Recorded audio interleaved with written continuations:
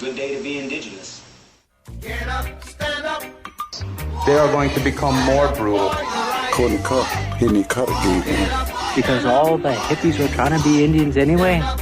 They're going to become more repressive because it's a matter of dollars and their illusionary concepts of power. Hey, Victor. We must live in balance with the earth. And also with recent happenings at Wounded Knee. I am awake. Welcome to Native Roots Radio presents I'm Awake, and I'm your host, Wakanja Hade. Hey, Kadagi to all my friends and relatives in four directions. You are listening to Native Roots Radio presents I'm Awake, and I'm your host, Robert Pilot. Hey, we discuss local, national, Native news and events, and as you know, Chujunk, Native issues are human issues, and human issues are Native issues. Yes, you are right, Dega. This portion of the show is supported by JS Bean Factory off Randolph Avenue in St. Paul. Only the good stuff keeps us awake. We're going to, speaking of keeping ourselves awake, we're going to have Robert Lilligren on here, and we're going to make him stay on the whole show because it's a big countdown here to election time, and we love to hear what Robert has to say, and we like to have the banter about what's going on here. Happy Christmas. It snowed here in Minnesota. Yeah. Hey, go ahead. Sorry. I was just going to say happy Halloween to everyone. Exactly. We'll be going out there and freezing our butts off with our godchildren. And, and I think it'll be hopefully a short 1 hour kind of, Fill up your candy bags and run. Maybe have them run or something. Yeah, well, they know I like Snickers, but only a few, and they're very generous young ones, and they want to give me like 100 of them. And I'm going, I can't have this many, but give me that one. Sneak a few. Right. Yeah. So, wow, totally excited to have Robert. Robert was just on, and he had to bail real quick. It looked like the internet went down or something. But hey, we have an update later from Governor Evers and, health insurance enrollment in Wisconsin. And again, happy Halloween to everybody. And remember, don't wear no Pocahontas costume. Yeah, seriously. Yeah, speaking of that, actually, well, us as Native Americans know that, our culture isn't a costume or something to dress up as for fun, but I did see something earlier today.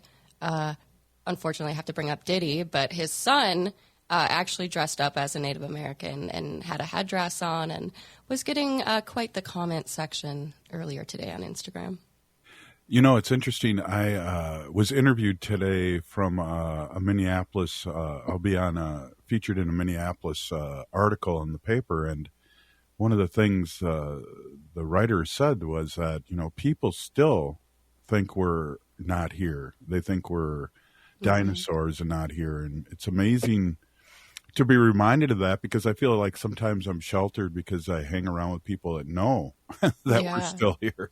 That's so true.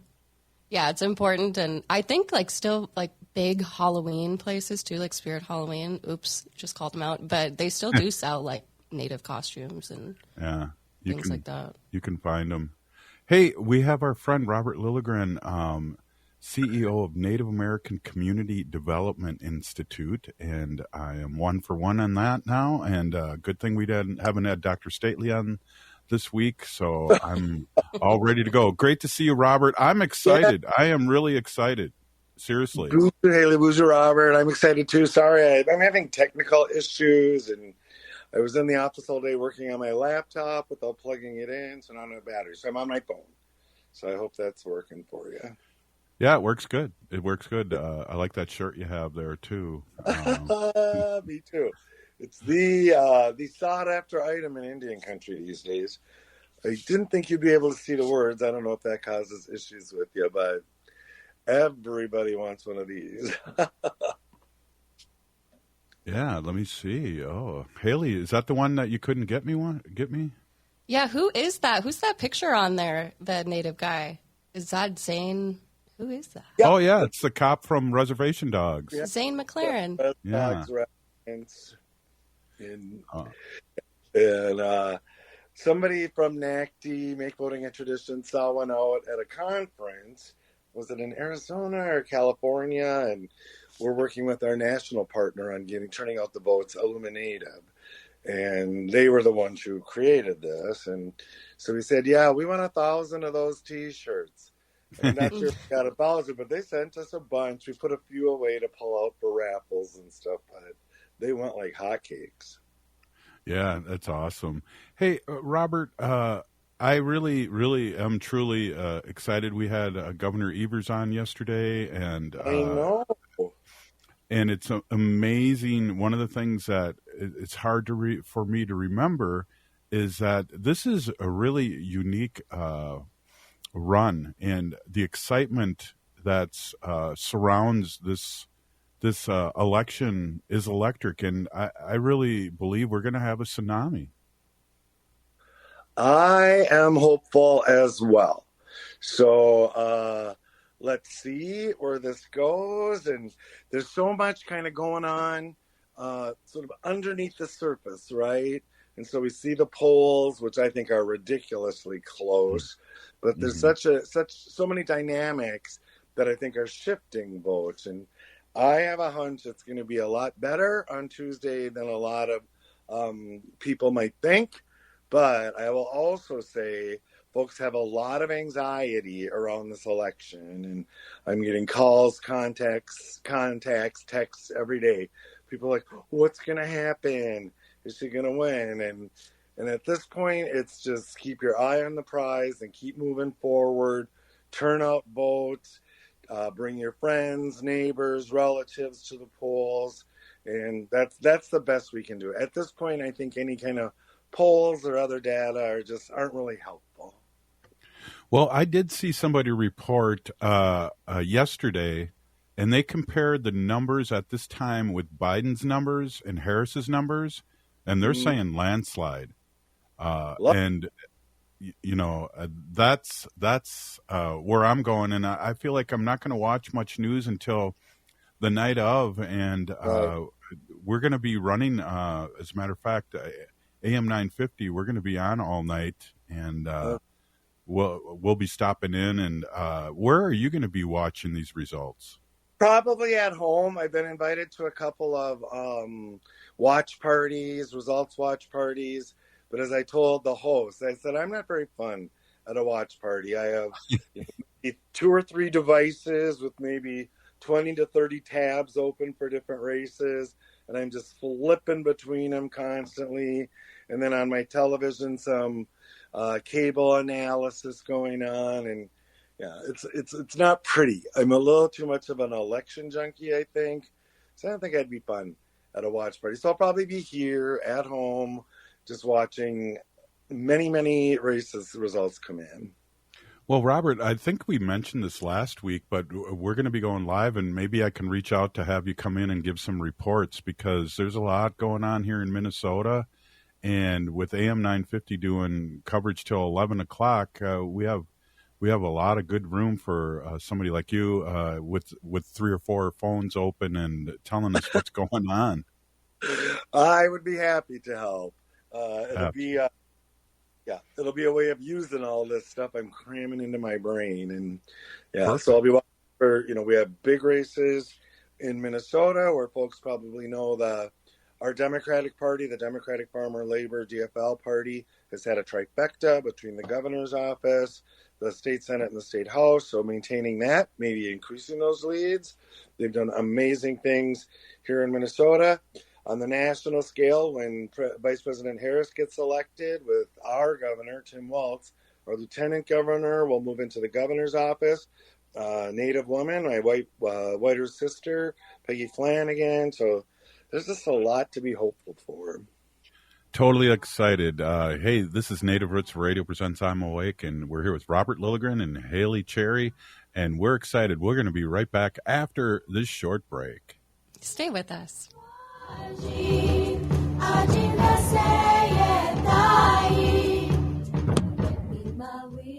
Minnesota has the only original wolf population in the continental United States. And 80% of Minnesotans believe the wolf should be protected. Howling for Wolves is asking Minnesotans to respect our true wildlife manager, the wolf. Their survival is critical to our ecosystems, our communities, and even our economy. As highly intelligent animals with strong social bonds, Minnesota wolves deserve to be protected and admired. Learn more at howlingforwolves.org. Let's live and let howl.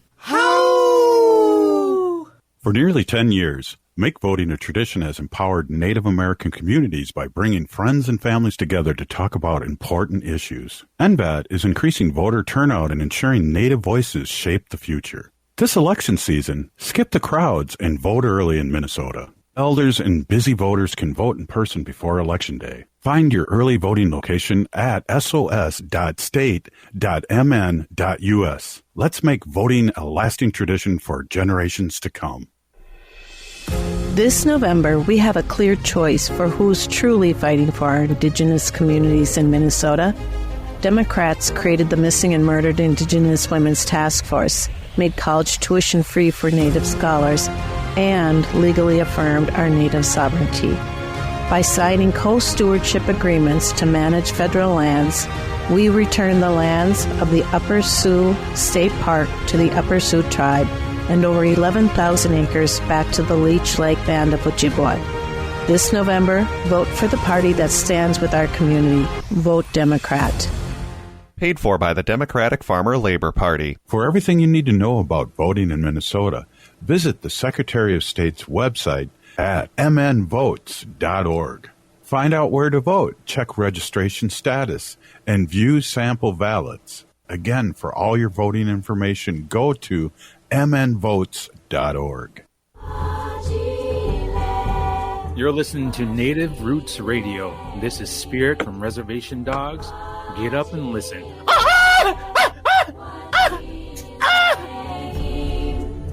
Welcome back to Native Roots Radio presents I'm Awake, and this is Robert Pilot.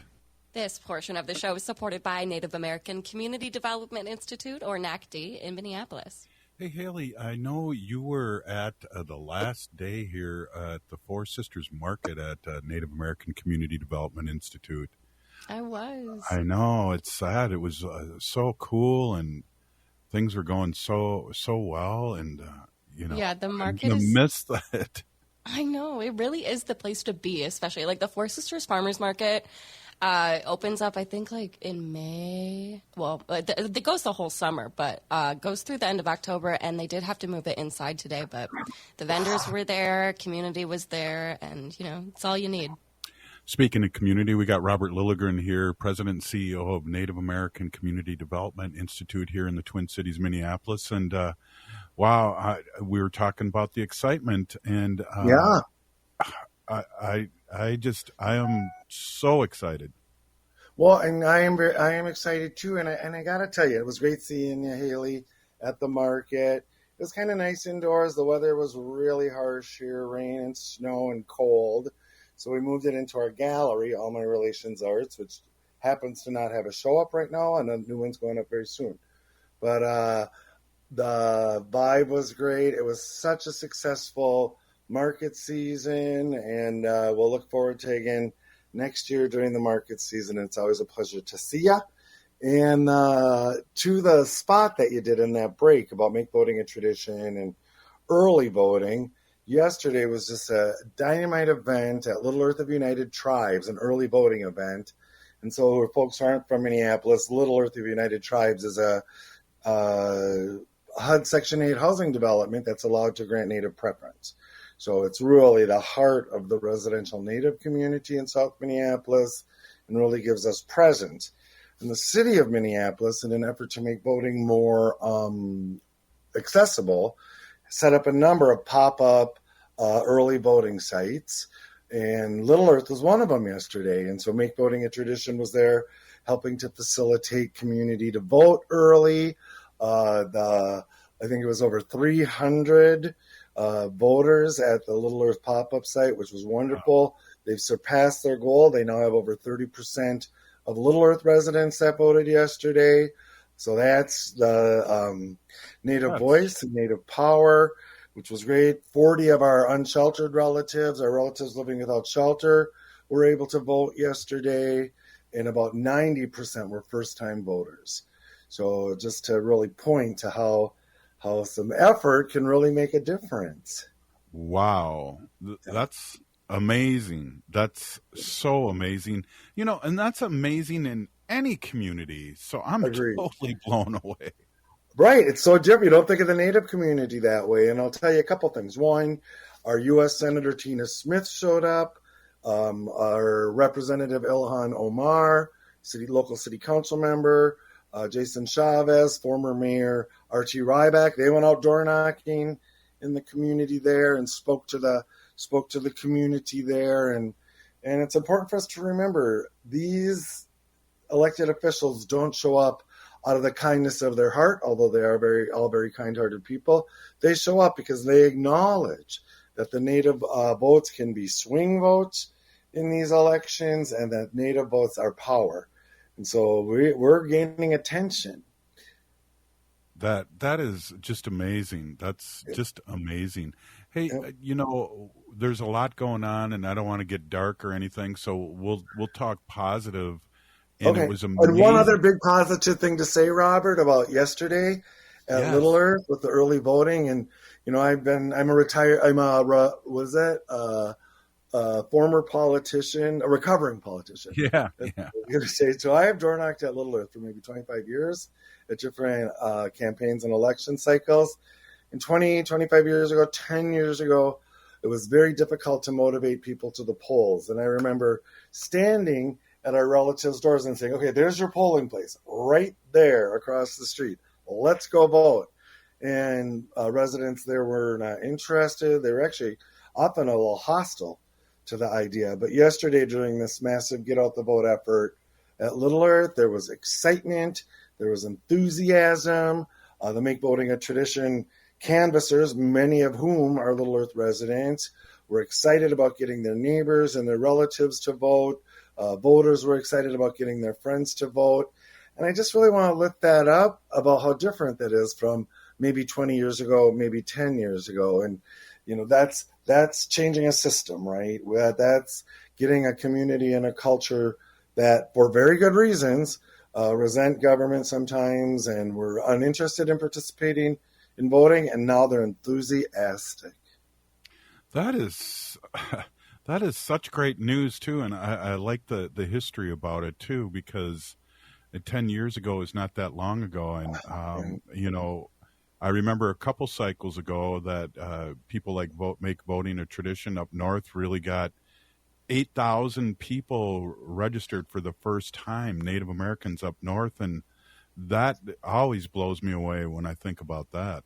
Yeah, that's huge. In Make Voting a Tradition, organizers were very involved in Minnesota's redistricting, the last redistricting, and really brought technology and education and voice to our reservation relatives and those living up in the northern part of the state, which is a lot of the population. And we're able to craft a congressional district that has all or part of 3 reservations in it for the first time in Minnesota. And so now we can really start impacting both those federal elections, the state legislative districts that are based on those lines. And so that's another thing that I'll be watching on Election Day to see how all that's going. Wow. I'm more excited now. That's awesome. I was going to say Kamala spoke where Trump spoke in Washington, and first reports were there were like 20,000 people there, but the latest report there were 75,000 people there. Yep, 75,000, like 20,000 plus more than Trump's crowd. So we all know how much he loves to brag about crowd size, right? So Kamala's pulling in the larger crowds. That was an incredible speech. And I think that Vice President Harris has just been on fire the last couple of weeks, and every speech is better than the last. I don't know if you got a chance to see her Madison, Wisconsin speech from last night, but that is one of the best pieces of political speaking I have ever seen. best speeches I have ever seen, and I've seen thousands. So that it's just something. There's something happening here that's very exciting. What makes it a better speech in your eyes? A number of things, right? It's a lot. Some of it maybe is intangible, but it's this combination of presence. She has a presidential presence, a commanding presence. She has clear spoken. She has a clear message that she is delivering in a very, very strong way. She has a crowd that is with her completely, so that kind of lifts up the rhetoric, and then there's kind of this this sort of mystical almost kind of thing that happens when all of these elements come together in a balanced way, and that's rare. That's rare to see. She doesn't stumble. She doesn't question herself. She's direct. She's not rambling. She's not confused. She's not lost. She's not senselessly dancing around the stage. And there's just this sense that she's a nice person, right? She's someone that you can trust with nuclear codes. You can trust with the executive within our country, and I'm just super excited. So she has another Wisconsin rally tomorrow, right? And I'm really interested to see what happens there, because as we get closer to Election Day, she just starts getting sort of better and better, while we see Trump just deteriorating. Really deteriorating. And one of the things, and I don't know if it was just started really paying attention, but when Governor Walz joined the race and talked about prior to that how weird they were, I really felt like the Democrats really started telling the truth about who they were running against. I agree, and not just Democrats, but journalists as well. And I don't know how much that kind of messaging actually impacts Trump's base, the MAGA people, right? They relish that. They want the opposition to be upset with them. They think that's a good politics, and which I don't really understand, and I'm not supposed to understand, I don't think. But people are at least willing to call out Trump and Vance on their BS and on the ridiculous things they say and on the lies they tell. And I see that permeating down the ballot as well, in Senate races, congressional races, even state races now, where it seemed like for some reason in 2016 and even in 2020, it was also weird and new that I think journalists, kind of tried to be respectful maybe, or Democratic politicians kept a little bit of an arm's length. But now people are putting it out there, right? They're telling the truth. These are lies. This is weird. This isn't normal. And I think that is important. And I think it's refreshing. Well, what also is refreshing too. Well, let me back up a second here. I know we only got a little bit in this segment.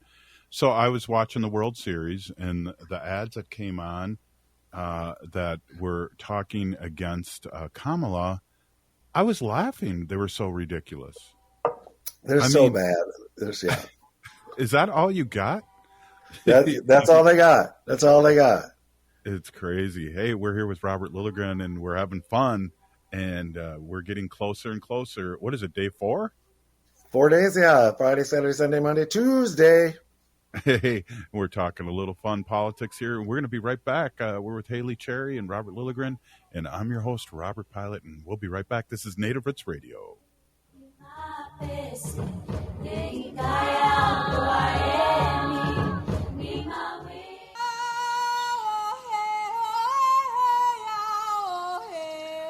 is Leonard Peltier.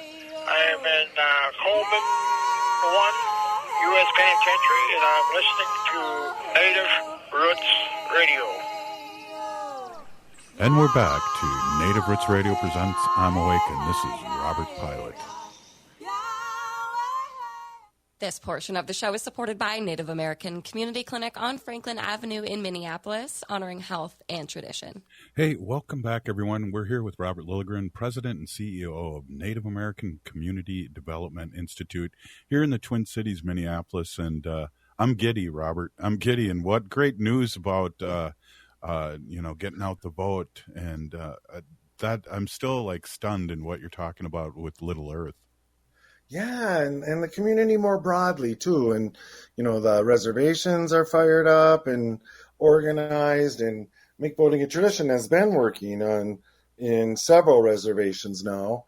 And it was interesting to watch how that work developed. And we started doing outreach maybe 2 national election cycles ago. Last in 2020, we were very deliberate and we were very intentional about being respectful and approaching our reservation relatives, bringing something, right? We weren't asking for anything. We were bringing resources. But I'll tell you, it still took time to build that trust to really fully engage. We're kind of the big city Indians, and there's a lot, sometimes a lack of trust between the urban Indian communities and the reservation communities. But this year, because of the good work of so many people based here at Make Voting a Tradition, reservation-based folks, it's a whole different story. And we have crews. We've had crews, I think, on 5 reservations this cycle by invitation. Reservations are inviting us in. They want us to be present. We're sharing the tools of organizing and getting people registered to vote and voting. And so there again, it's relationship based, it's trust based, and it takes time to change systems, but it is worth the work. Absolutely. Just exciting. And I was giddy before you came on here, but really listening to that, it's amazing. Wow. I'm just stunned at the good news. Yep. And I noticed you're wearing your Make Voting a Tradition t-shirt. That's last year's model, the pink one. Yeah, I know. I tried to get Haley to scoop me up one today. But, we'll get you one. This year's green. Oh, yeah, the green Make Voting a Tradition shirts. Yeah. Are those the ones you guys gave out at your open house? Yeah. Green for the environment. And we have a bunch of t-shirts. We engage 6 Native artists in our network to produce 3 voting-themed works each. A lot are centered around environmental themes and or sovereignty themes or protecting our land and our rights themes. And then we turn several of those into t-shirts, signs, stickers, animations. We have a billboard up on 94 at 42nd Avenue North. We have animated stuff on electronic kiosks all through downtown Minneapolis. Wow. But so we have a lot of t-shirts, but every year Jolene Jones picks a different color for those t-shirts. Jolene Jones is our statewide coordinator and our secret weapon in organizing in the Native community. Last year we picked pink because we had a coworker who was going through treatment for breast cancer. So to acknowledge that. Yeah. Well, I want that shirt that you're wearing right now. I'll see if we have one. Yeah, I think they might have more on Tuesday on Election Day. I know you guys are hosting an event. Robert, can you talk a little bit about that? Yeah, so Tuesday we'll be having an almost all day long event. So I think it starts at 10 or is it 11? But at our building on East Franklin and 15th, the little yellow building that houses Powwow Grounds Coffee Shop, Make Voting, or All My Relations Arts Gallery and our offices. And it's going to be out in the parking lot. There'll be food, music, a lot of excitement. Like last election cycle, I don't know if you guys remember this, but we had a huge electronic billboard parked right out there that drew so much attention. I can't remember how many dozens of voters we hooked in because of that billboard. We were able to facilitate them getting to their polling places in Minnesota. We have same-day voter registration. So we're able to get more people to vote, but it's just going to be a good time in celebrating Native voters and Native votes, Native voice, and just building more sort of positive vibe around the election. The only thing you're missing is that inflatable colon that I love. That you'll have to talk to Dr. Stately about. Yeah, that's his baby. His baby. Made famous in a play. Right. And I have a Facebook, I think, profile picture of me in the inflatable colon. And so folks listening know Native American Community Clinic hosts this giant inflatable colon that you can walk through to raise awareness of colon cancer and other issues. But it is pretty good humor. That's awesome. Wow. Excitement, and today's another day closer. And I don't know, I'm just kind of keeping my spirit. I watch a little news, but I'm not getting deep into it. I watch the World Series. I'll probably watch the rest of Murders in the Building tonight after Halloween, after we take our godchildren out trick-or-treating for 10 minutes because it's so cold. Yeah, my husband's sworn us off the news for about the last week. He just can't take it anymore. So we do a little bit more entertainment watching, and I don't blame him. And again, I think between now and Election Day, a lot of the news is just noise. Yeah, it's really pushed toward Election Day, turn out votes, volunteer, contribute to campaigns, and it's to take action. Yeah, right? But it's hard to continue to watch the news. It is, and every night it seemed like corporate media were always talking about how close it is, and I don't believe it's this close at all. Right. If we all go out and vote, right, and we'll see. And I feel the same way. And there's winning the popular vote, there's winning the Electoral College, but even some of the more recent analysis that I've come across shows a powerful Electoral College victory for Harris. You never know. And then there's going to be the time after the election, right? And so what's that going to look like? And I know a lot of the leads of the native orgs here are doing contingency. Oh, I'm frozen. Yeah, but I can hear you. Okay, cool. Maybe I'll turn off my camera. So they're doing contingency plans, security plans, in case all hell breaks loose after the election. And, and here, I feel like we're kind of prepped for it since the first George Floyd murder, and we felt like Civil War here, right? It felt like Civil War. It was unbelievable. I remember our old producer, Ogama, and her husband were there with AIM and protecting the buildings. And and what a great job. The only place that got burned down was McGeezy, and that was almost a fluke. Right. It was a fluke. Nobody really tried to burn it down. It just had, sparks laying. It was right across the street from the 3rd precinct that burned. Right. And on Franklin Avenue, the American Indian Cultural Corridor, there was almost no damage, one broken window, because the community came together, protected our native assets and the non-native assets of our neighbors and our native people and our non-native people. And we protected ourselves. We showed the world that we could do that. Mm-hmm. The police didn't have time to protect us. If anyone was going to protect us, it was up to us. And there was a strong National Guard presence. Right outside my house here on Franklin Avenue, there was this massive I shouldn't say massive, but this startling National Guard initiative. 5 minutes after curfew, the first night of curfew, people were still outside, and the National Guard went nuts. And it was much more brutal than I thought it was going to be, but I think we need to be prepared after Election Day for similar kinds of stuff. I don't want to get too deep in this, but I do remember how Little Earth stood up for themselves. I was watching live video and how they shoot away all these people that were marching towards Little Earth. It was amazing. And I think Jolene was there too. Oh yeah. No, I had 2 cell phones going. I was watching that live. I was like, Jolene, get out of there. I seriously thought someone was going to die. That's what I was waiting for. And then first off, the protesters were marching toward Little Earth, and Little Earth put up barriers and were able to divert them. And then the National Guard marched on Little Earth, and they to the National Guard, Little Earth just looked like a bunch of rabble-rousers, the Little Earth residents. So they kept marching, and I'm like, oh my God, I was just waiting to watch. I was watching all the live feeds. And someone's going to get shot, someone's going to die here. And then the most amazing thing happened, Robert, that you never see.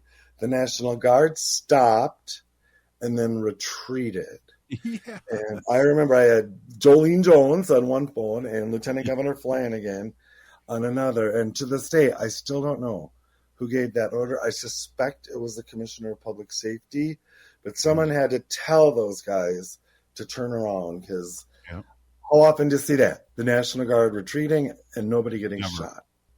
Never. And I'm sure it was a combination of you talking to the lieutenant governor and the governor, and I believe he turned them back, but I don't know that for sure. But that's a good memory, and that's just we have our T-shirts that say resist, but they also should be resilient, because that just proves the Native vote and what happened during George Floyd and all these things that have accumulated up to now, where we're going to show power in voting. Agree. And just the power of our community, right? And I don't know how familiar you are with the Many Shields Initiative, but another community-based protector initiative. And at the most recent meeting this week of the Metropolitan Urban Indian Directors, the directors of a lot of the orgs, Division of Indian Works, McGizzy, Center School, Noai School, we're talking about the impact that the Many Shields protectors have had on their properties. There's just a lot of stuff going on with unsheltered homelessness and street crime and open opioid use. And so the Many Shields protectors have deployed around these key Native organizations, and the heads of these organizations are just amazed with the positive impact they've had and the safety that they bring. And again, it's the Native community doing for ourselves, right? Nobody from outside is protecting us. We're protecting ourselves. Wow, that's amazing. And I have seen that, and I can't make that meeting because it's during the show, but I definitely am keeping in touch with what's going on there with the Many Shields, good men doing good work. And Robert, we have one more segment. Do you think you could hang on for just a little bit more? Yeah, sure. Haley just asked me for 3 segments, but sure. We're having so much fun. I'll grant you another one. We'll keep you on. I just want you to say what you finish your thought, and we'll let you go. Okay, so sounds good. Right. Hey, this is Native Roots Radio presents I'm Awake. We'll be right back.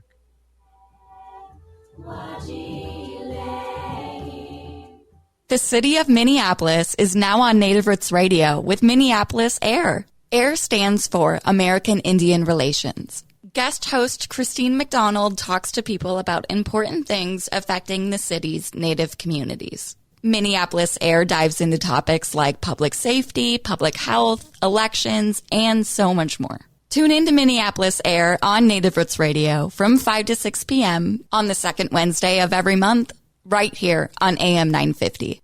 Every day, our people suffer at the hand of domestic and sexual violence. But you are sacred and deserve to be safe in your own home. Strong Hearts Native Helpline is here to help. Native-centered, empowerment-based, trauma-informed advocates offer safety, sovereignty, and support. Call or text 844-7NATIVE. To chat online, visit www.strongheartshelpline.org. Reach out today. Make voting a tradition empowers Native American communities through civic engagement. For nearly a decade, MVAT has increased voter turnout by encouraging friends, family, and neighbors to get involved. By building trust and community engagement, MVAT ensures Native voices help shape the future. This election season, voting is easier than ever. Minnesota voters can cast their ballots early so elders and busy voters can avoid the rush of Election Day. Find your nearest polling location at sos.state.mn.us and let's make voting a tradition for future generations.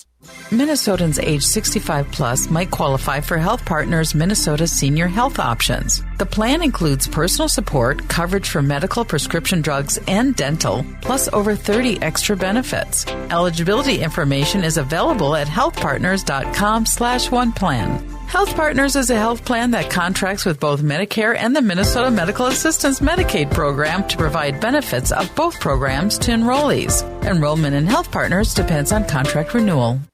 Anine, I'm Lieutenant Governor Peggy Flanagan, and you are listening to Native Roots Radio. Welcome back to Native Roots Radio presents I'm Awake, and this is Robert Pilot. This portion of the show is supported by Howling for Wolves, protecting wolves for future generations. Hey, we're back, and we're with Robert Lilligren, and I just wanted Robert to howl with us again. He's the president and CEO of Native American Community Development Institute here in the Twin Cities, Minneapolis. And Robert, we only got a few minutes here. I'd love all the great news that you have given us today. I'd love for you just to give us a couple minutes of whatever you want to talk about before we let you go. That was amazing 3 segments. Yeah, thanks. And again, always thanks for having me on. Thanks for lifting up the community's work.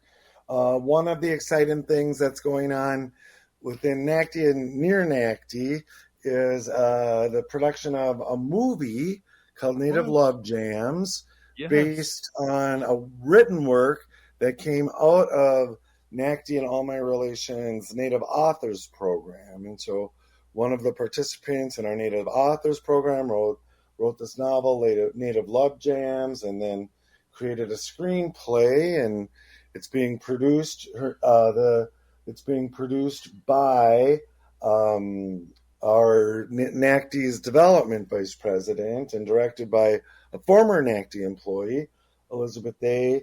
John Williams is our vice president. Tashia Hart is the author, and there's a table read coming up on December 5th. I know, Robert, they're trying to get their claws in you to be part of that table read. And so, if only I could read, Robert, I think I could. But it's voice. Just, it's so exciting to see those kind of concentric circles and impacts come out of this piece of work. So that's super exciting.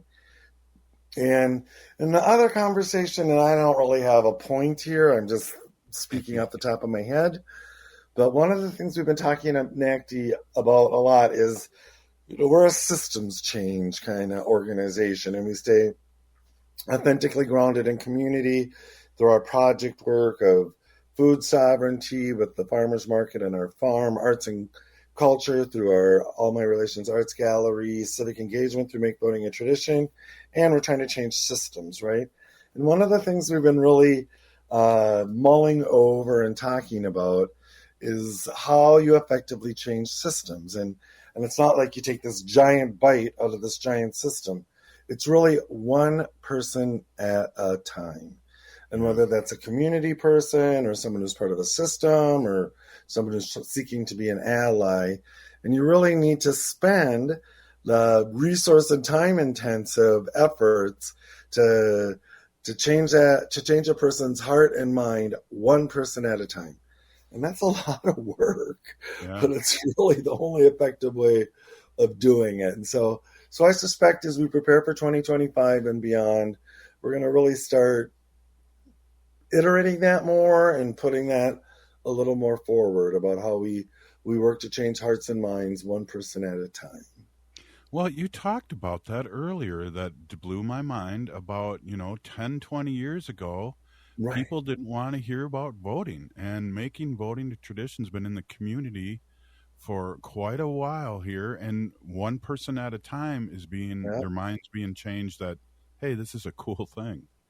Right. That's it exactly. And then the other kind of big theme, and I know I'm really just talking, this is really not that well formed, and I apologize, but is about what activism means, right? What systems change, what advocacy means. And we're so accustomed to having to fight for access, fight for a place at the table, fight to get our voices heard.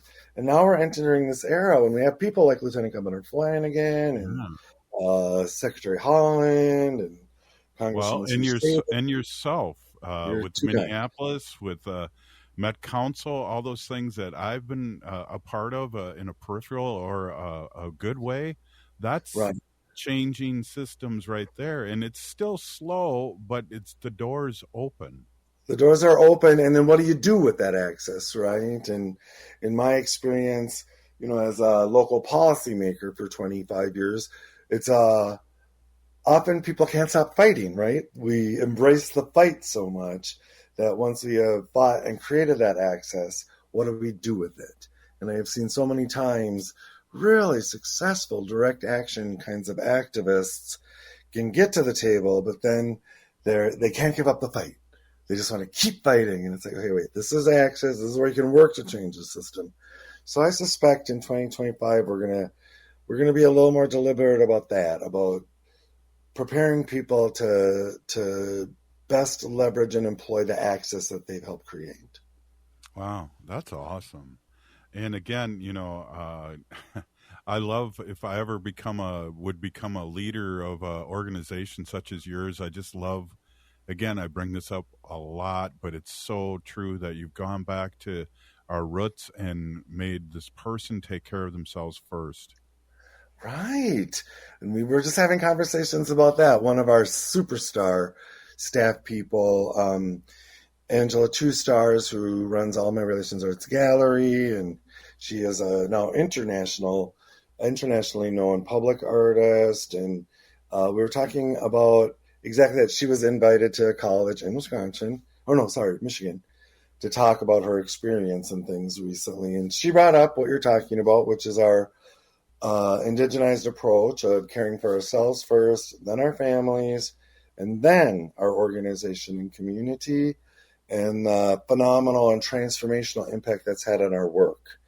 And her audience, every audience we talked to about that, is so receptive and interested, and they want to know more.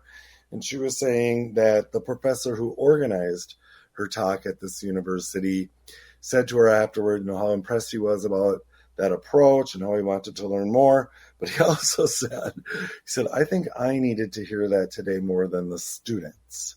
Yeah. And again, I don't know why. We're trying to figure out how we can publish about this and popularize this approach. And I think every organization, nonprofit, private sector, governmental sector, public, could embrace this approach. And I think it would have a transformationally positive impact on our work. Yeah. And, you're proof in the pudding. You were a little, apprehensive, and look at what's going on here. And other people were apprehensive, and I can see it when I come visit, that there's stuff happening, and people are healthy. I love to say that. Thanks for the affirmation. I did resist this approach. Respected elder, Linda Eagle speaker, taught me this during COVID.